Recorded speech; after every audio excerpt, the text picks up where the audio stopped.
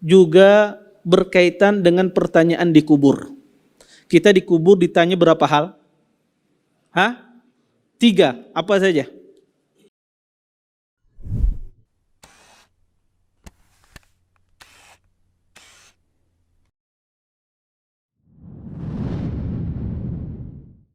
Assalamualaikum warahmatullahi wabarakatuh. Innal hamdalillah nahmaduhu wa nasta'inuhu wa nastaghfiruh wa na'udzu billahi min shururi anfusina wa min sayyiati a'malina. May yahdihillahu fala mudilla lahu wa may yudlil fala hadiya lahu. Asyhadu an la ilaha illallah wahdahu la syarika lahu wa asyhadu anna Muhammadan abduhu wa rasuluh. Fa in asdaqal hadits kitabullah wa khairul hadi hadi Muhammadin sallallahu alaihi wasallam wa syarrul umuri muhdatsatuha wa kullu muhdatsatin fid din bid'ah wa kullu bid'atin dalalah wa kullu dalalatin finnar. Amma ba'd.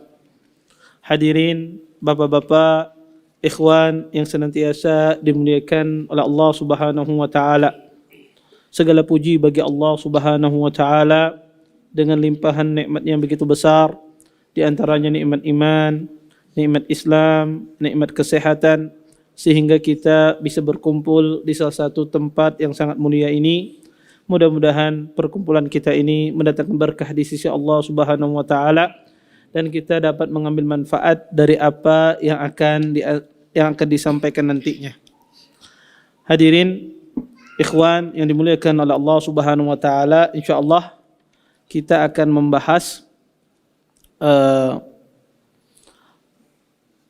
tentang sebuah kutub, ya, sebuah kitab kecil yang luar biasa manfaatnya, yaitu kita akan membahas salah satu usul wa adillatuha, yang sering kita kenal dengan 3 landasan utama berdasarkan dalil-dalilnya.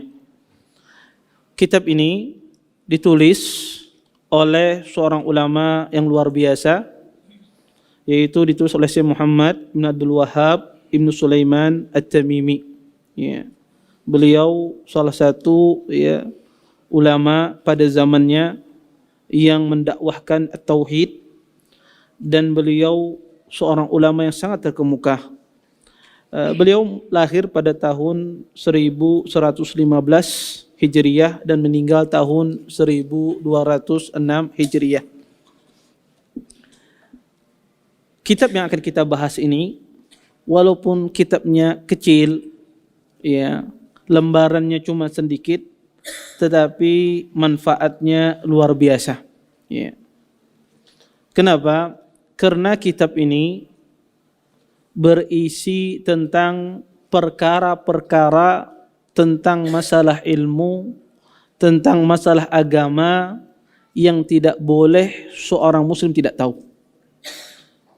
Di dalam kitab ini berisi perkara-perkara yang berkaitan dengan agama kita, yang mana wajib setiap orang muslim mengetahui perkara ini. Yang kedua, kitab ini disusun sengaja dengan ringkas. Tujuannya apa?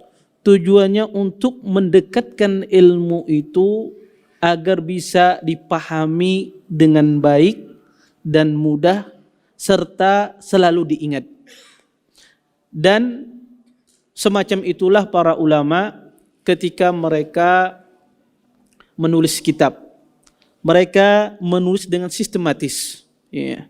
Mereka mulai dari perkara-perkara yang besar. Perkara-perkara besar yang wajib diketahui oleh seseorang.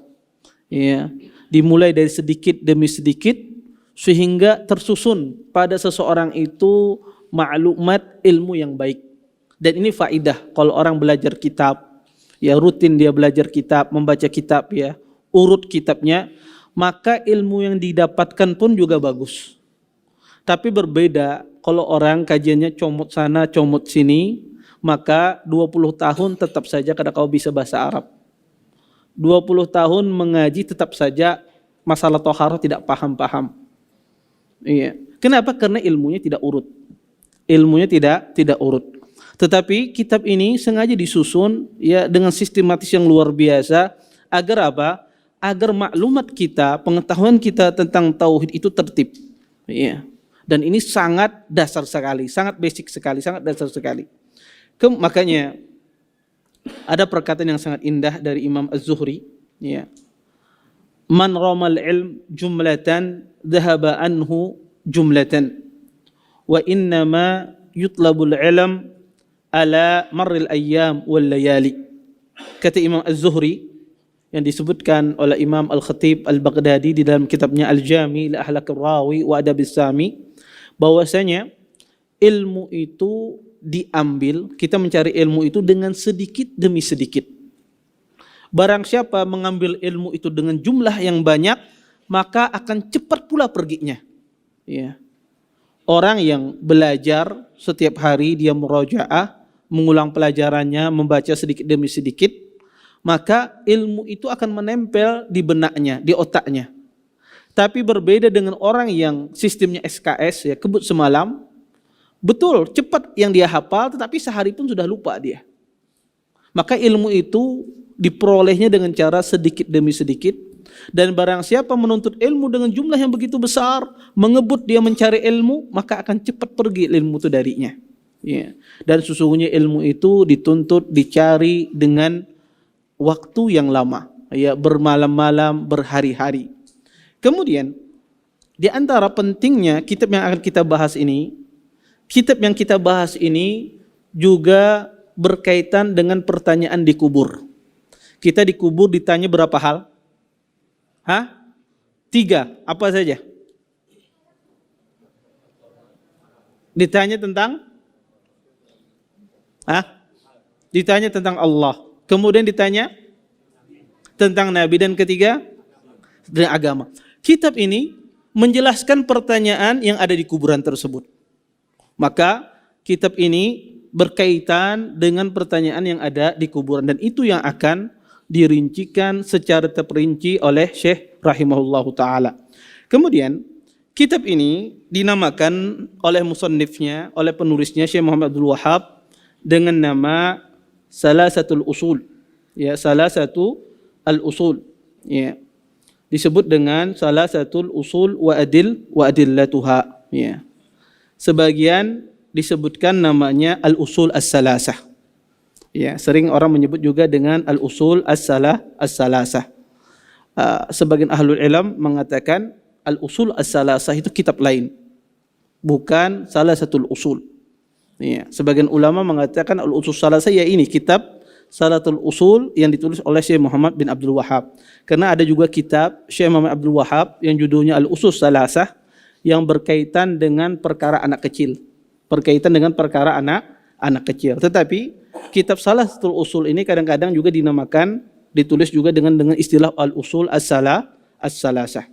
Kemudian kitab yang ada di depan saya ini isinya, pertama, Syekh ini memulai kitab ini dengan muqaddimah, dan itu seperti itu biasanya para ulama memulai kitabnya dengan muqaddimah.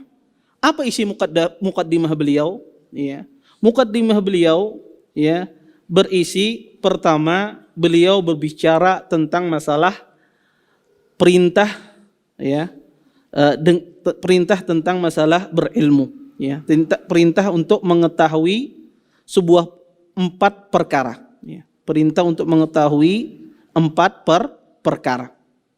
Kemudian juga muqaddimah beliau juga berisi masalah tentang perintah mengetahui 3 perkara. Ya, setelah beliau menjelaskan 4 masalah yang harus kita ketahui, kemudian beliau menjelaskan lagi muqaddimahnya ada 3 masalah juga yang harus kita ketahui. Kemudian beliau tutup muqaddimah tersebut dengan menjelaskan agama Hanifiyah, ya, agama Nabi Ibrahim alaihissalam, ya, beliau jelaskan. Baru setelah itu Syekh baru masuk inti dari kitab beliau ini, yaitu pembahasan usul as-salasah, ya. Baru beliau masuk dalam pembahasan beliau. Kemudian kitab ini ditutup dengan beliau menjelaskan tentang beriman pada hari kebangkitan, dan juga menjelaskan perkara tentang hari akhirat dan menjelaskan tentang masalah kufur dengan togut secara umum. Ya. Beliau tutup kitab beliau ini dengan perkara beriman pada hari kebangkitan, beriman pada hari akhirat, dan juga berkaitan tentang masalah kufur dengan togut. Maka ini inti dari kitab yang akan kita bahas ini. Pertama, beliau menyinggung 4 masalah yang harus kita ketahui dari mukaddimah beliau. Kemudian setelah itu beliau menjelaskan 3 masalah yang wajib kita ketahui. Kemudian baru beliau masuk pada inti pembahasan, menutup mukaddimah itu dengan khatimah, dengan menjelaskan Hanifiyah milat Nabi Ibrahim, agama Nabi Ibrahim. Baru beliau masuk dalam pembahasan beliau masalah 3 landasan utama, dan ditutup dengan permasalahan beriman pada hari kebangkitan dan perkara akhirat dan masalah kufur dengan togut. Ini inti secara mujmal kitab yang akan kita bahas. Taib. Kita baca kitabnya. Beliau mengatakan Bismillahirrahmanirrahim. Maka beliau memulai kitab beliau dengan Bismillahirrahmanirrahim. Maka disunnahkan seseorang ketika dia menulis, ya, baik itu menulis kitab, menulis surat, maka dia disunnahkan memulai dengan menulis Bismillahirrahmanirrahim. Kenapa? Karena pertama, ini merupakan contoh dari Nabi SAW. Nabi SAW ketika menulis surat kepada Raja Persia dan Romawi Herakles, Nabi SAW memulai surat beliau dengan Bismillahirrahmanirrahim. Maka sebab itulah para ulama ketika mereka menulis kitab, menulis surat, maka kita disunnahkan menulis Bismillah.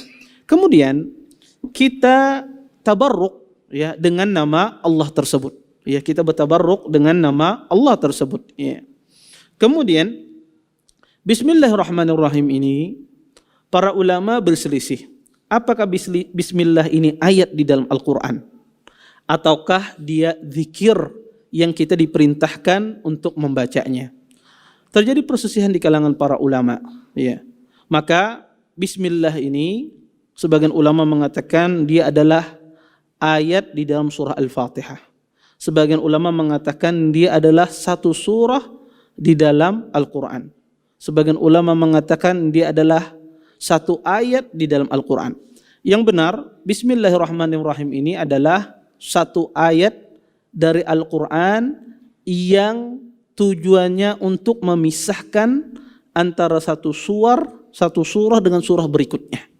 Maka Bismillah ini adalah ayat di dalam Al-Quran, ayat tersendiri yang tujuannya adalah untuk memisahkan antara satu surah dengan surah berikutnya. Apa dalilnya? Dalilnya adalah ijma'nya sahabat. Ijma'nya, ya, para sahabat sepakat bahwasanya Al-Quran Bismillah ini adalah ayat di dalam Al-Quran. Ayat di dalam Al-Quran tujuannya untuk memisahkan setiap surah dengan surah berikutnya. Ya. Kenapa? Karena sahabat setiap mereka menulis surah di dalam Al-Quran, mereka sertakan Bismillah. Padahal sahabat ketika mereka mengumpulkan Al-Quran, mereka semangatnya luar biasa karena untuk memisahkan Al-Quran dengan yang lainnya. Sehingga pada zaman Utsman bin Affan radhiyallahu taala anhu, maka semua ya Al-Quran yang tidak sesuai dengan rasam Utsmani, dengan mushafnya sahabat, maka dibakar. Ya, maka dipisahkan. Ya, makanya a'udzubillahi minasyaitonirrajim itu tidak ditulis di dalam Al-Quran. Tidak ditulis dalam suar. Karena dia bukan bagian ayat di dalam Al-Quranul Karim untuk memisahkan suar. Padahal kita setiap kali membaca Al-Quran disuruh untuk membaca ta'awud. Wa idza qara'tal Qur'an fasta'id billah. Jika engkau membaca Al-Quran, maka berlindunglah, memintalah perlindungan kepada Allah Subhanahu wa taala. Tetapi tidak ditulis oleh sahabat karena dia bukan bagian ayat dalam setiap suar. Berbeda dengan Bismillahirrahmanirrahim. Ditulis oleh sahabat setiap surah kecuali surah Al-Bara'ah, kecuali surah At-Taubah, dan ulama sepakat di dalam surah At-Taubah tidak ada bismillah. Oleh karenanya bismillah ini yang benar adalah dia adalah ayat di dalam setiap surah di dalam Al-Quran untuk memisahkan setiap surah di dalam Al-Quran. Ya. Taib. Kemudian beliau mengatakan di sini i'lam rahimakallah annahu yajibu alaina ta'allumu arba'i masail. Kata beliau, i'lam rahimakallah, ketahuilah semoga Allah merahmatimu. Maka kata i'lam ini biasanya digunakan oleh para ulama untuk litanbih, untuk mengingatkan, ya, untuk mengingatkan kepada orang agar apa yang akan disampaikan ini sesuatu yang penting. Ya. Maka ini uslub, ya, gaya bahasa di dalam bahasa Arab. Kemudian kata beliau rahimakullah, ketahuilah, ya, semoga Allah merahmatimu. Subhanallah.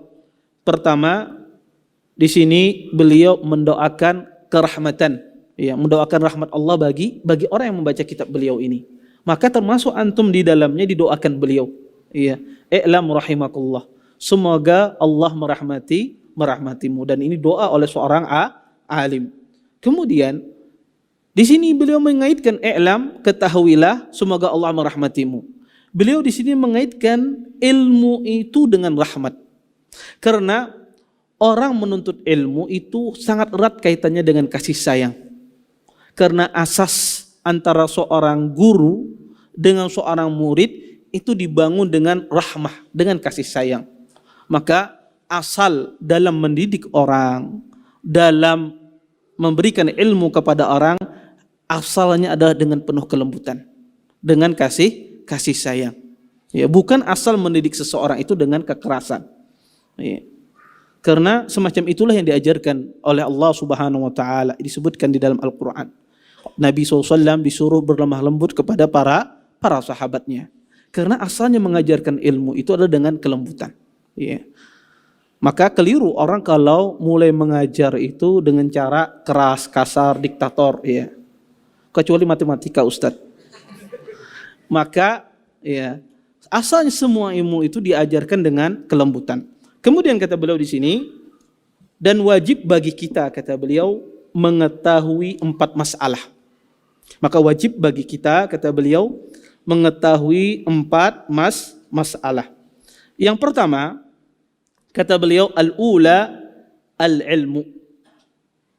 4 masalah yang pertama, kata beliau, adalah al-ilmu, yaitu ilmu. Apa yang dimaksudkan ilmu di sini?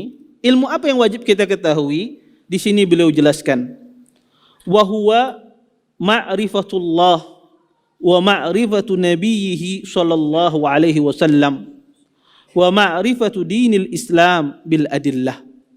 Kata beliau, yang pertama itu adalah ilmu. Apa ilmu yang dimaksudkan? Yaitu mengetahui Allah, ma'rifatullah, dan mengetahui nabinya, dan mengetahui tentang agama Islam bil adillah, dengan dalilnya.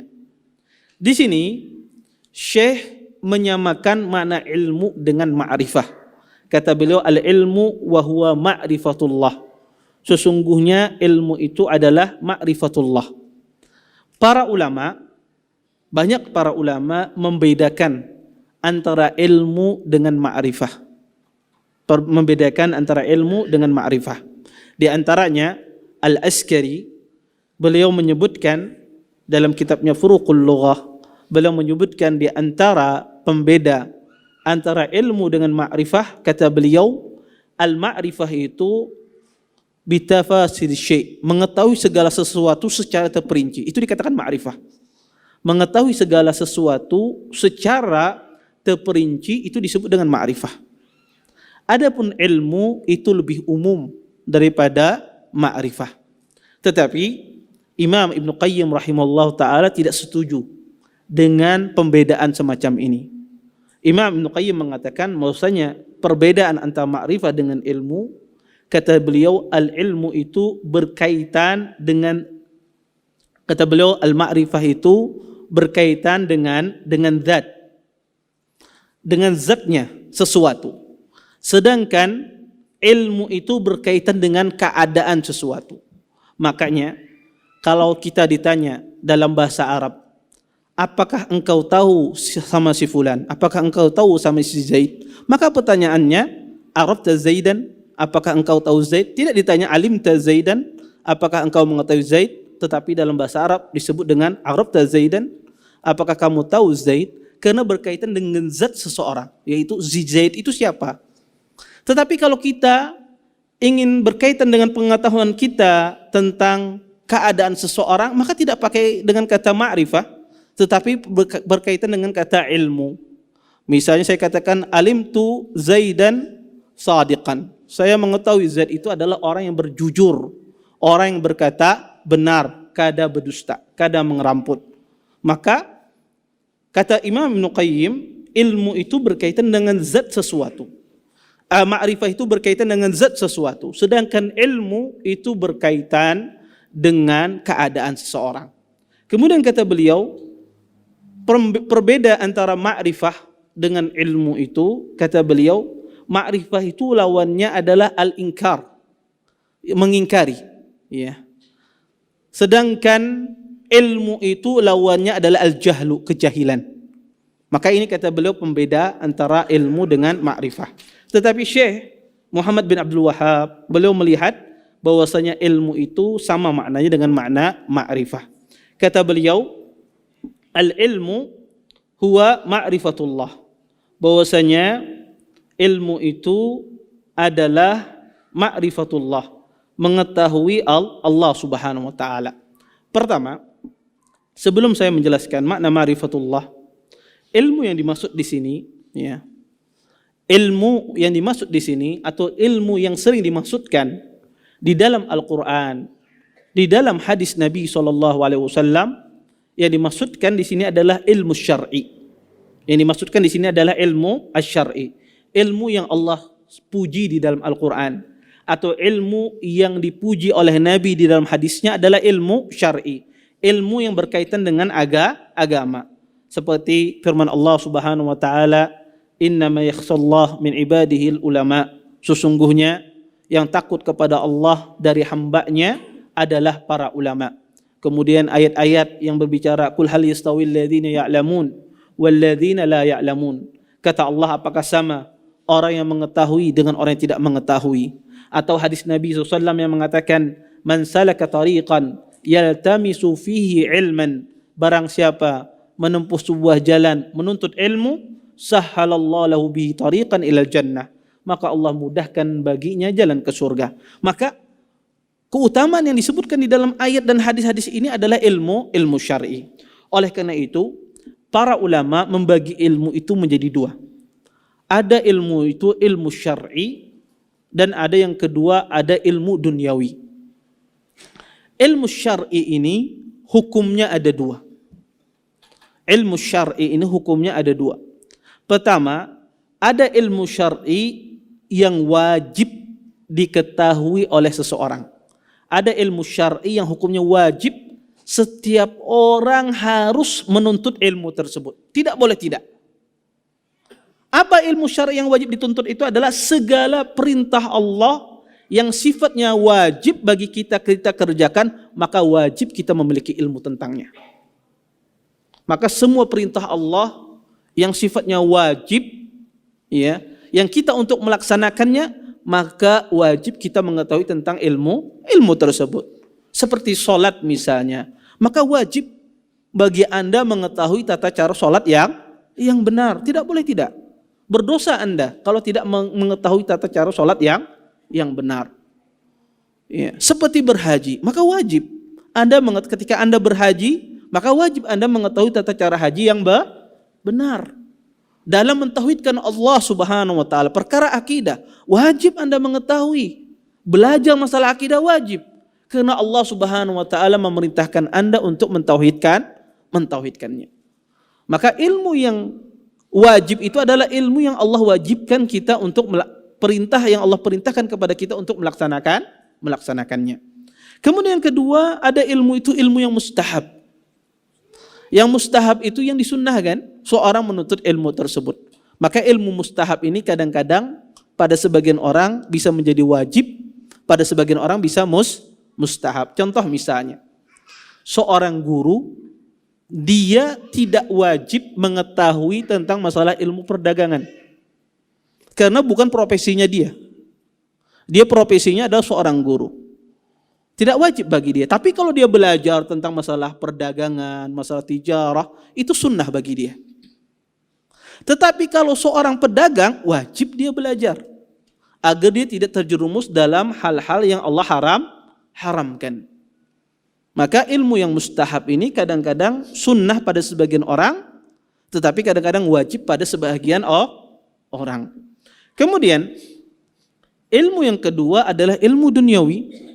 Ya, ilmu duniawi. Ilmu duniawi ini pun juga terbagi menjadi 3. Ilmu duniawi ini tidak berkaitan dengan ilmu agama, tapi berkaitan dengan perkara umur dunia.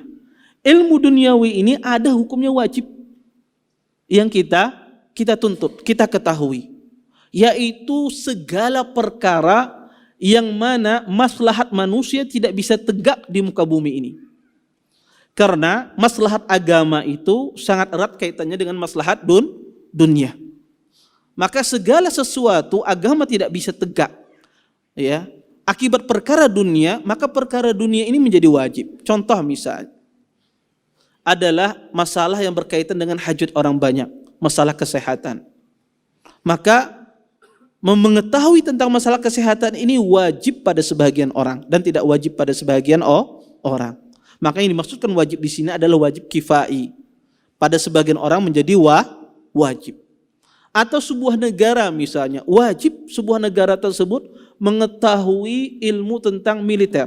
Kenapa? Karena untuk menjaga negara tersebut dari serangan musuh. Maka pada sebagian orang wajib dia belajar tentang masalah ini. Kenapa? Karena agama tidak bisa tegak kalau tidak ada ilmu yang semacam ini. Maka para ulama mengatakan ilmu duniawi itu kadang-kadang dia wajib pada sebagian orang dan kadang-kadang tidak wajib. Kemudian ilmu duniawi itu ada sifatnya mubah. Ya, sifatnya mubah. Ini secara umum. Ilmu dunia yang sifatnya secara umum maka itu adalah mubah. Kemudian ada ilmu duniawi yang sifatnya haram. Yang sifatnya haram. Ilmu yang berkaitan tentang masalah yang Allah haramkan. Dia belajar cara membuat bir, dia belajar cara membuat khamar, maka ini adalah ilmu yang diharamkan. Taib. Kemudian di sini beliau menjelaskan al-ilmu wa huwa ma'rifatullah wa ma'rifatu nabiyhi wa ma'rifatu dinil Islam bil adillah. Kata beliau, ilmu yang kita cari adalah ilmu tentang Allah Subhanahu wa taala. Ilmu tentang Allah, ma'rifatullah adalah disebut dengan ilmu tauhid. Dan ini dikatakan asyraful ulum, ilmu yang paling utama. Kenapa?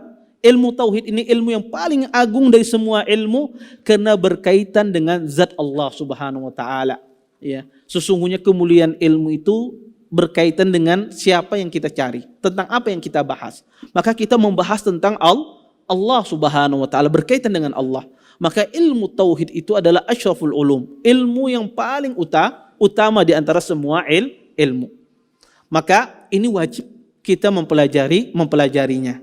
Kemudian yang kedua adalah ilmu yang berkaitan dengan Nabi Muhammad SAW, yaitu mengetahui tentang nama Nabi. Seorang Muslim harus dia mengetahui siapa nabinya, siapa nama nabinya, nasabnya seperti apa mukjizat yang dimiliki oleh Nabi SAW, bagaimana sifat-sifat Nabi SAW. Maka seorang Muslim harus dia belajar tentang pengetahuan dia tentang Nabi Muhammad SAW. Kemudian yang ketiga kata beliau, wa ma'rifatu dinil Islam bil adillah, dan dia mengetahui tentang agama Islam, syariat Islam bil adillah, dengan dalil-dalilnya. Kenapa? Karena seorang Muslim dia disuruh untuk tafaqquh fid din, untuk belajar agama. Demi Allah, tidak ada kenikmatan yang luar biasa bagi seseorang kecuali dia dimudahkan oleh Allah Subhanahu wa taala untuk menuntut ilmu. Maka orang yang dimudahkan datang ke majelis ilmu, maka itu senikmat-nikmat orang. Kenapa? Karena orang tersebut diinginkan kebaikan oleh Allah. Allah mengatakan, Nabi SAW mengatakan dalam sebuah hadisnya, man yuridillah bi khairan yufaqihu fid din.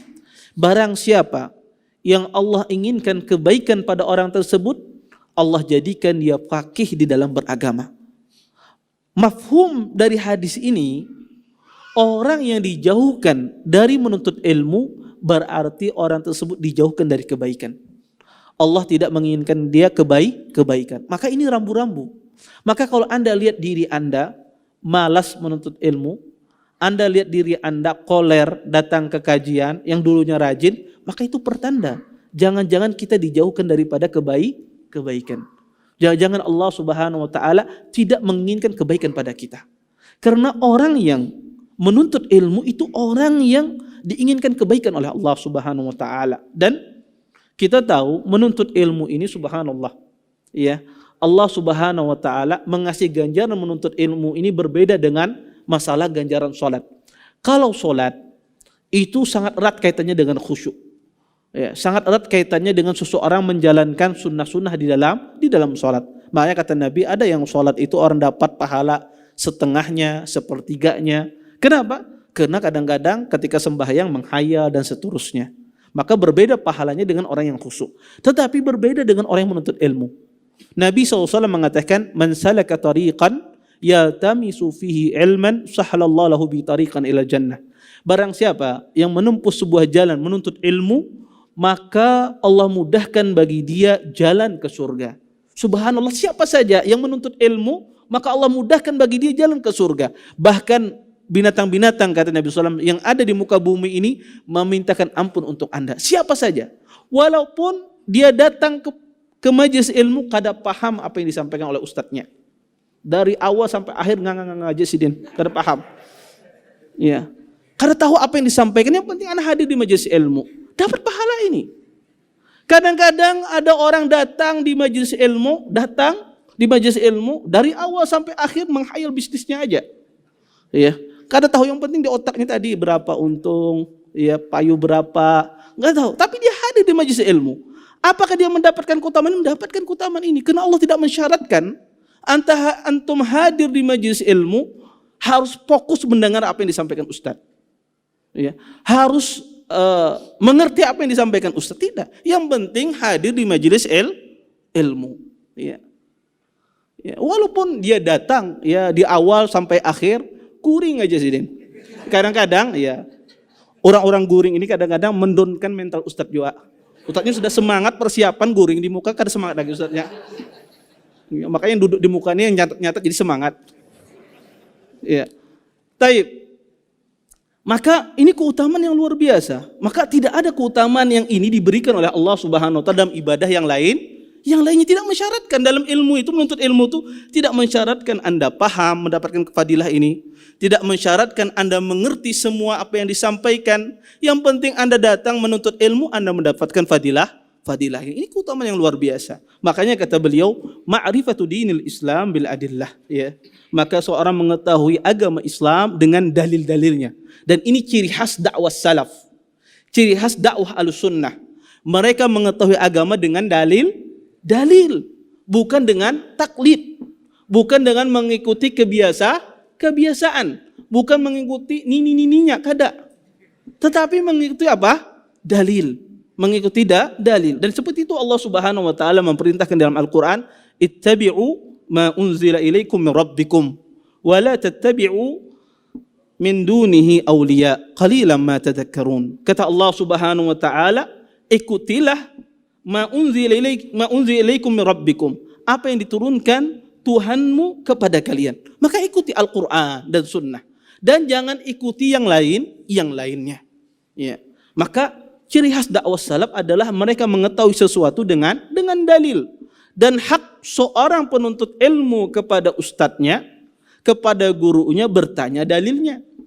Bukan ini ada sesuatu yang tidak beradab, tetapi haknya mereka. Karena orang itu harus mengetahui berserta dalilnya. Dan ya, Imam Ibnu Mubarak rahimahullahu taala ya pernah mengatakan, kata beliau, la a'lamu syai'an ba'da an-nubuwah afdalu minal ilm. Kata beliau, saya tidak mengetahui setelah kenabian sesuatu yang lebih utama daripada menuntut ilmu. Ya. Tidak ada, kata beliau, setelah kenabian itu sesuatu yang lebih utama daripada menuntut ilmu. Hal yang serupa juga disampaikan oleh Imam Asy-Syafi'i. Kata beliau, la a'lamu syai'an ba'dal faraid afdalu minal ilm. Kata beliau, saya tidak mengetahui segala sesuatu setelah hal-hal perkara yang wajib Allah wajibkan kepada kita yang lebih utama daripada itu kecuali menuntut ilmu. Maka ilmu ini luar biasa dan ilmu ini adalah cahaya. Ya, ilmu ini cahaya penuntun bagi seorang. Ya. Karena dia akan menuntun kita. Karena ilmu itu orang kalau merasakan nikmatnya ilmu, dia mendapatkan kelezatan di dalam dirinya.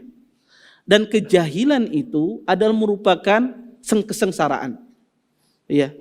Dan orang tidak mau disifati jahil. Semua orang tidak mau disifati jahil. Kenapa? Karena jahil itu adalah sebuah kesengsaraan, penghinaan bagi seseorang. Orang itu walaupun kada paham, kada maunya disambati bodoh, kada mau. Ya, pasti disambati pintar, hanya mau. Ya. Kenapa? Karena orang tidak mau disifati dirinya adalah bodoh dan semisalnya, tidak mau. Orang mau disifati dengan ilmu. Dan kebodohan itu adalah rasa sengsara pada diri seseorang. Karena Anda pernah merasakan, kalau Anda melihat misalnya anak Anda sakit parah, kemudian rumah sakit penuh semua. Anda ingin mengobati tidak bisa, karena nggak punya ilmunya. Anda merasakan sakit dalam hati Anda, sedih, bercucur air mata. Kenapa Anda nggak bisa mengobati anak? Kenapa? Karena kebodohan itu adalah kesengsaraan, ya kehinaan pada diri seseorang. Kalau perkara dunia aja semacam itu, apalagi perkara agama. Nih, apalagi dia berkaitan dengan anaknya bermaksiat, gimana cara menasihati anak ini, maka itu menjadikan malapetaka bagi orang tersendiri ketika dia tidak memiliki ilmu. Taib. Kemudian kata beliau, yang kedua adalah beramal dengan ilmu. Yang kedua kata beliau adalah beramal dengan ilmu. Beramal dengan ilmu ini mencakup dua hal. Pertama, beramal dengan ilmu itu adalah pertama membenarkan segala sesuatu yang datang dari Allah dan Rasulnya. Maka ini termasuk beramal dengan ilmu. Yang kedua, termasuk dari beramal dengan ilmu adalah seseorang mengerjakan apa yang diperintahkan kepadanya. Dan orang meninggalkan amal dari ilmu itu pada asalnya tercela. Dan para ulama merinci sebagai berikut. Kata para ulama, kadang-kadang ada seseorang meninggalkan amal dari ilmu tersebut menjadikan orang tersebut, pertama, dia meninggalkan ilmu tersebut bisa membawa dia kepada kekufuran. Contoh, ketika Allah Subhanahu wa taala memerintahkan kita mentauhidkannya, tidak menyekutukannya, kemudian dia meninggalkan tauhid, melakukan kesyirikan. Dia meninggalkan ilmu ini, tetapi dia melakukan kesyirikan. Maka ini meninggalkan ilmu masuk ke dalam kekufuran. Kadang-kadang meninggalkan ilmu tersebut dia tidak masuk kepada kekufuran, tapi masuk ke dalam perkara maksiat. Ya. Seperti misalnya ketika Allah Subhanahu wa taala mengatakan bahwasanya khamar itu haram, ya, babi itu haram untuk dimakan, dia tahu, ya. Tetapi dia tidak mengindahkan, dia kerjakan, dia minum khamar, dia makan babi. Maka dia di sini tidak beramal dengan ilmunya. Maka dia terjumus ke dalam kemaksiatan. Kemudian yang ketiga, ada orang meninggalkan ilmu itu sifatnya tidak maksiat, tapi sifatnya adalah makruh. Sifatnya makruh. Contoh, Anda tahu sholat yang benar semacam ini, ketika bertakbir semacam ini, tapi Anda tinggalkan. Anda tahu sunnahnya semacam ini, tapi Anda tinggalkan. Anda tidak mau mengerjakannya. Maka Anda meninggalkan amal dengan ilmu Anda, tetapi ini hukumnya adalah makruh, tidak sampai kepada kemaksiatan. Dan kadang-kadang orang meninggalkan amal dengan ilmu, dia sifatnya mubah. Semacam Anda mengetahui Nabi SAW, beliau memakai baju semacam ini. Nabi SAW memanjangkan rambutnya dan seterusnya. Maka ini sifatnya adalah tabi'ah jabaliyah. Ya, Anda tahu sifat Nabi semacam itu. Ya, adat beliau semacam itu. Ini adalah adat kebiasaan bangsa Arab. Anda tinggalkan demikian, maka ini tidak tercela. Karena ini adalah sifatnya mubah, ya. Tetapi yang dimaksudkan oleh beliau di sini adalah meninggalkan perkara amalan yang kita diwajibkan untuk mengamalkannya, ya. Maka ini yang dimaksudkan beliau, jangan seseorang meninggalkan amalan yang kita diwajibkan untuk mengamalkannya. Kemudian yang ketiga kata beliau, 4 masalah yang kita ketahui. Yang ketiga kata beliau, ad-da'watu ilaih. Seseorang mendakwahkan ilmunya. Iya. Maka seorang muslim harus dia mendakwahkan apa yang dia ketahui dari kebenaran. Maka dia sampaikan kepada manusia. Mungkin Anda bertanya, apakah setiap kita Ustadz harus berdakwah? Ataukah berdakwah itu khusus orang-orang tertentu saja? Harus sudah Ustadz, harus sudah LC, harus sudah doktor, atau seperti apa Ustadz? Apakah berdakwah itu harus setiap orang? Maka para ulama menjelaskan bahwasanya ini dilihat dari kondisi orang tersebut. Kalau seandainya orang tersebut adalah keahliannya, emang profesinya adalah penjuru dakwah, maka tentu dia harus membekali dirinya dengan ilmu-ilmu yang banyak. Karena dia menjadi seorang da'i, menjadi seorang mufti yang di tempat bertanya, maka tidak cukup dia mendakwah, mempelajari apa yang dia ketahui. Maka dia harus mengetahui lebih banyak tentang perkara agama. Tetapi kalau seandainya dia bukan seorang yang ceramah, mutasaddir dakwah, bukan orang yang penjuru dakwah, ya bukan profesi dia, maka setiap kita disuruh untuk mendakwahkan terhadap apa yang kita ketahui. Ketika kita melihat sesuatu yang salah, kita kasih tahu orang tersebut, ini salah, yang benar semacam ini. Bukan menunggu, oh saya bukan ustadz, bukan ke profesi saya, enggak demikian. Nabi mengatakan balighu anni walau ayah. Sampaikanlah dariku walaupun satu ayat. Kita sampaikan apa yang kita ketahui dari kebenaran. Adapun kalau Anda profesinya penjuru dakwah, maka Anda harus membekali ilmu Anda ya dengan ilmu yang banyak, karena Anda akan ditanya orang. Anda menjadi seorang mufti. Tetapi kalau bukan Anda, profesi Anda bukan seorang penjuru dakwah, bukan seorang ustadz, maka kita memiliki kewajiban untuk menyampaikan ya apa yang kita ketahui. Apa yang kita ketahui, entah itu kita sampaikan kepada keluarga kita, entah itu kita sampaikan kepada istri kita, entah itu kita sampaikan kepada anak kita, kerabat dekat kita. Jangan orang ketika ditanya istrinya, abah ini apa hukumnya? Kada tahu aku lain ustadz. Padahal sidin tahu. Ya, padahal sidin tahu. Kerja ustadz kada boleh menyampaikan. Bukan itu maksudnya. Yang tidak boleh menyampaikan ini adalah kalau seandainya profesi Anda sebagai seorang da'i, maka Anda harus memiliki bekal ilmu. Tapi kalau profesi Anda bukan da'i, maka Anda sampaikan apa yang Anda ketahui dari kebenaran, sebatas apa yang Anda ketahui, sehingga jangan keliru dalam masalah ini. Ya, ditanya anak SD aja belum tamat. Ini yang bisa menjawab ini orang S3 aja, padahal dia tahu aja. Ya, ditanya makna la ilaha illallah misalnya, padahal dia tahu, tapi dia tidak mau menjelaskan. Ya. Taib. Kemudian yang keempat kata beliau as-sabar 'alal adza fih. Maka 4 masalah yang harus kita ketahui kata beliau, bersabar terhadap rintangan di jalan Allah Subhanahu wa taala. Tentu orang berdakwah terhadap al-haq, kebenaran ini tidak mungkin disambut dengan karpet merah ya, diisi dengan mawar, tidak. Pasti ada rintangannya ya, pasti ada tantangannya. Karena dakwah al-haq ini musuhnya sangat banyak. Maka kata beliau bersabar atas terhadap rintangan-rintangan di jalan Allah Subhanahu wa taala. Para ulama mengatakan sabar itu ada 3. Bersabar dari perbuatan maksiat, bersabar dari ketentuan Allah Subhanahu wa taala, dari takdir-takdir yang Allah tetapkan, dan yang ketiga kita bersabar dalam ketaatan. Dan bersabar dalam ketaatan ini kata para ulama, dan ini yang ingin beliau maksudkan di antara pembahasan beliau di sini adalah bersabar dalam ketaatan, dalam beribadah kepada Allah Subhanahu wa taala. Maka bersabar dalam ketaatan ini mencakup bersabar dalam menuntut ilmu tentang ibadah tersebut. Karena ketika Anda beribadah harus disertai dengan ilmu, dan menuntut ilmu itu butuh kesabaran. Yang kedua, ketika Anda beribadah, Anda bersabar ketika melaksanakan ibadah tersebut. Iya. Bersabar dari sisi apa?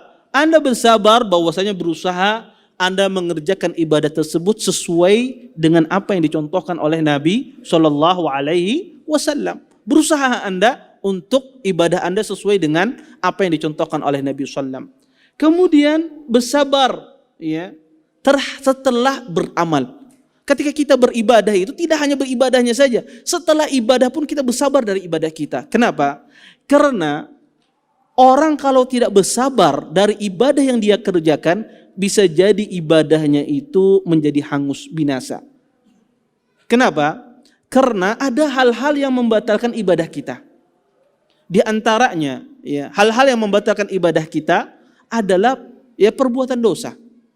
Perbuatan dosa. Allah Subhanahu wa taala berfirman dalam Al-Qur'an, "Wala tubtilu a'malakum." Kata Allah, jangan kalian batalkan amal-amal soleh kalian. Di antara pembatal amal soleh adalah maksiat.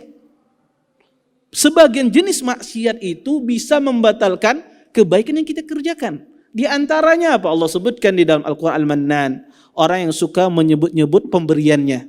Sehingga menyakiti hati si pemberi. Maka ini salah satu jenis maksiat yang membatalkan amal kebaikan kita. Yang kedua, bersabar setelah amal tersebut. Bersabar dari hal-hal yang membinasakan amal dari perbuatan riya, dari perbuatan sum'ah. Ya. Kadang-kadang orang beramal 2 tahun, 3 tahun, ya, kemudian dia tidak sabar terhadap kebaikan yang dia kerjakan. Dia ingin dipuji orang. Ya. Melihat ya Masjid Imam Syafi'i ini dulu rusak, dia dulunya dengan ikhlas membantu misalnya. Tetapi setelah 1 tahun, 2 tahun, kan ada yang menyinggung-nyinggung si Iden ini. Akhirnya si Iden berkisah, kayaknya masjid ini hendak rusak pulang pang kayak 2 tahun semalam. Dulu aku pernah membantu, nah ini. Ya. Maka ya ini dia tidak bersabar dari apa? Dari amal solehnya dia. Ya. Walaupun itu amal soleh itu sudah berlalu, harus orang itu bersabar. Dia tidak ingin dipuji oleh Allah, tidak ingin dipuji oleh manusia kecuali Allah Subhanahu wa taala. Allah Subhanahu wa taala saja yang dia harapkan ridha-Nya. Taib. Kemudian beliau tutup ya 4 hal ini ya. Kata beliau, dari mana beliau beristinbat? 4 perkara ini wajib kita ketahui, yaitu dengan firman Allah Subhanahu wa taala di dalam surah Al-Asr. Kata Allah, wal asr, ya, demi masa. Innal insan lafi khusr. Sesungguhnya manusia berada dalam kerugian. Illal ladzina amanu wa amilus solihat.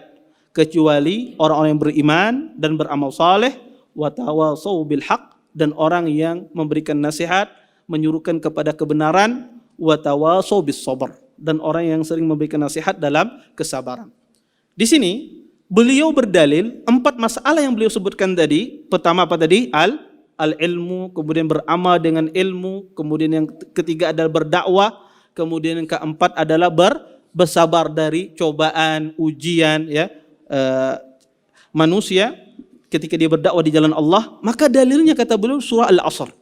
Dari mana beliau beristinbat? Ya, dari firman Allah Subhanahu wa taala ini. Kata Allah, illal ladzina amanu. Sesungguhnya manusia itu berada dalam kerugian kecuali orang beriman. Orang beriman, keharusan orang beriman itu dia harus berilmu. Tidak mungkin seorang itu beriman kepada sesuatu tapi dia tidak mengetahui. Maka keharusan orang beriman itu dia berilmu. Tidak mungkin orang beriman dia tidak berilmu. Maka ilmu itu diambil dari kata illal ladzina amanu, kecuali orang yang beriman. Wa amilus shalihat, dan orang yang beramal saleh. Ini diambil dari yang perkara kedua, yaitu beramal. Taib.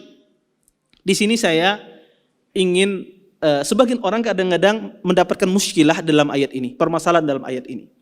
Ahlus sunnah wal jamaah mengatakan bahwasanya iman itu, ya, siapa yang tahu makna iman? Pengertian iman apa? Ada yang tahunya kah?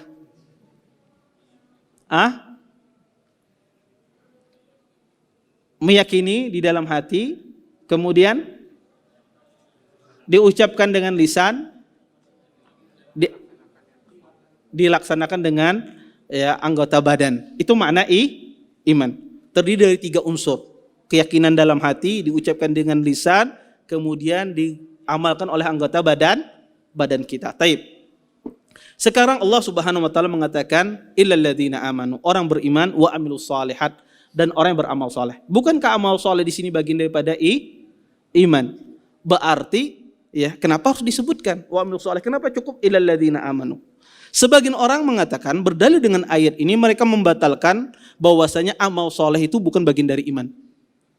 Kenapa kata mereka? Karena di dalam ayat ini Allah bedakan antara iman dengan amal soleh. Maka ini tidak benar. Ya, ini tidak benar. Amal soleh itu bagian dari iman. Tetapi di sini adalah al-ma'tuf alal khas. Ya, bahwasanya ya ma'tuful khas alal am. Ya. Bahwasanya amal soleh itu ya lebih khusus daripada iman. Amal soleh itu lebih khusus daripada iman. Maka kalau ada waw di dalam bahasa Arab, kadang-kadang waw itu menjelaskan sesuatu yang sama. Kadang-kadang waw itu menjelaskan sesuatu yang berbeda. Seperti Allah katakan khalaqas samawati wal ard. Sesungguhnya dialah Allah yang menciptakan langit dan bumi. Apakah langit dan bumi itu sama? Berbeda. Langit beda dengan bumi. Tetapi Allah katakan wal ard. Karena kadang-kadang waw ataf. Waw dalam bahasa Arab itu disebut dengan al-ataf. Al-ataf itu kadang-kadang menunjukkan sesuatu yang berbeda. Kadang-kadang al-ataf itu menunjukkan sesuatu bagian dari sesuatu yang umum. Dia bagian dari sesuatu yang umum. Seperti Allah katakan dalam Al-Quran, hafidhu ala sholawati wa sholatil wusta. Kata Allah, jagalah sholat 5 waktu tersebut. Dan jagalah sholat wusta. Sholat yang pertengahan. Sholat wusta itu apa? Sholat asar. Sholat asar itu bagian dari sholat 5 waktu. Dan ini termasuk di dalam sini. Amal soleh itu bagian daripada iman. Bukan sesuatu yang berbeda dengan iman. Kemudian, watawasau bil haq. Dan memberikan nasihat dalam al-haq. Dalam kebenaran. Dan ini makna dari kata ad-da'watu ilaih. Berdakwah kepada ilmu yang kita miliki. Kemudian watawasau bis sabar, dan memberikan nasihat dalam kesabaran. Dan ini makna beliau bersabar terhadap rintangan, ya, ujian ketika dia berdakwah di jalan Allah Subhanahu wa taala. Maka dari ayat ini beliau beristinbat bahwasanya 4 hal yang harus kita ketahui. Kenapa? Karena Allah mengatakan innal insana lafi khusr. Sesungguhnya manusia itu berada dalam kerugian. Di sini Allah Subhanahu wa taala, dan ini keindahan uslub Al-Qur'an. Allah mengatakan dengan inna. Inna itu harfu taukid, penegasan. Dalam bahasa Arab, itu kalau kita berbicara kepada orang yang normal tidak perlu ada penegasan. Tapi kalau berbicara kepada orang mu'ul, bahasa Banjarnya, ya, pengarasan, ya, kadang mau menerima, suka mengingkari apa macam, dalam uslub bahasa Arab kita pakai penegasan. Pakai penegasan dengan kata misalnya inna. Masih mu'ul aja orang ini tambah lagi penegasannya. Di sini Allah Subhanahu wa taala mengasih penegasan innal insan. Sebelumnya Allah mengasih penegasan dengan qasam wal asr, demi masa. Orang Arab kalau bersumpah itu menunjukkan penegasan. Berarti yang dihadapinya ini adalah orang yang pengarasan. Ya, mu'ul kalau kita masanya. Bersumpah dia dengan nama Allah. Masih saja datang lagi penegasan innal insan. Ini penegasan lagi. Tetap aja lagi Allah kasih lagi penegasan setelahnya, la fi khusr jawabannya. Pakai lam. Lam ini juga penegasan. 3 penegasan di dalam ayat ini. Kenapa? Karena ini Allah berbicara tentang keadaan orang musyrikin zaman dahulu. Orang musyrikin zaman dahulu itu sudah mereka mengetahui ya tentang Islam ya, tetapi mereka tidak mau beriman. Mereka tahu keadaan mereka dalam keadaan yang hina, tahu mereka, tapi tetap mereka tidak mau beriman kepada Allah Subhanahu wa taala. Makanya Allah menggunakan dengan uslub yang luar biasa. Dengan qasam, dengan inna, dengan lab. Agar apa? Orang mengerti bahasa Arab dia akan terkesima dengan uslub semacam ini. Makanya Allah mengatakan wal asr innal insana lafi khusr. Kata wal asr di sini para ulama mengatakan mana asr di sini adalah waktu. Bukan waktu asar atau bukan salat asar, walaupun ada sebagian ahli tafsir mengatakan mana al-asr di sini adalah waktu asar, tapi yang maknanya yang benar adalah wal asr di sini adalah waktu. Taib. Mungkin ini saja yang dapat Anda sampaikan, mudah-mudahan bermanfaat. Kalau ada yang bertanya mungkin boleh 1 atau 2 silahkan. Kalau ada yang bertanya. Kalau tidak ada kita tutup. Ada yang bertanya? Taib, silahkan.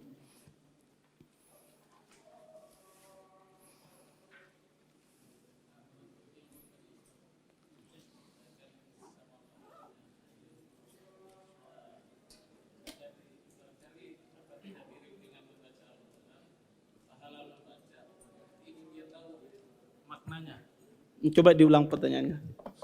Yang menuntut ilmu tadi Ustadz, jadi misalnya ada dua, satu dia cari pahala hadir, tapi yang satu dia ingin mendalami ilmu itu, ingin dia paham apa sama ini Ustadz ya, begini.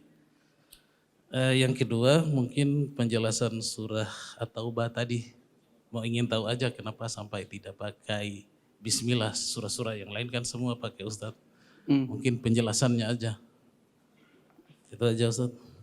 Ya. Jazakumullah khair atas pertanyaannya. Pertama kata beliau, apakah sama dengan orang yang sekedar datang menuntut ilmu, hadir saja, dengan orang datang menuntut ilmu, dia ingin mendakwahkan ilmu yang dia dengar, kemudian dia ingin mengamalkan, ya kemudian kalau seandainya dia bisa menghafalnya, dia hafalnya misalnya, apakah sama? Tentu berbeda pahalanya di sisi Allah Subhanahu wa taala. Tapi yang saya jelaskan tadi adalah fadilah di dalam hadis. Orang yang mendapatkan fadilah dalam hadis tersebut, man salaka tariqan yaltamisu fi ilman, maka ini semuanya sama. Ya, semuanya sama. Allah jadikan dimudahkan jalannya ke surga. Fadilah orang yang menuntut ilmu di dalam hadis, bahwasanya dia ampuni dosa-dosanya, dimintakan ampun oleh para makhluk-makhluk Allah Subhanahu wa taala, ini semuanya sama. Walaupun yang hadir itu guring. Ya dimintakan ampun dia, semuanya sama mendapatkan fadilah ini. Ya. Atau seseorang yang menuntut ilmu, ya bahwasanya malaikat membentangkan sayapnya bagi penuntut ilmu karena ridha terhadap apa yang mereka cari, maka ini semuanya sama. Amun orang guring kada dibentangkan oleh malaikat ini pengguring, kada, semuanya sama.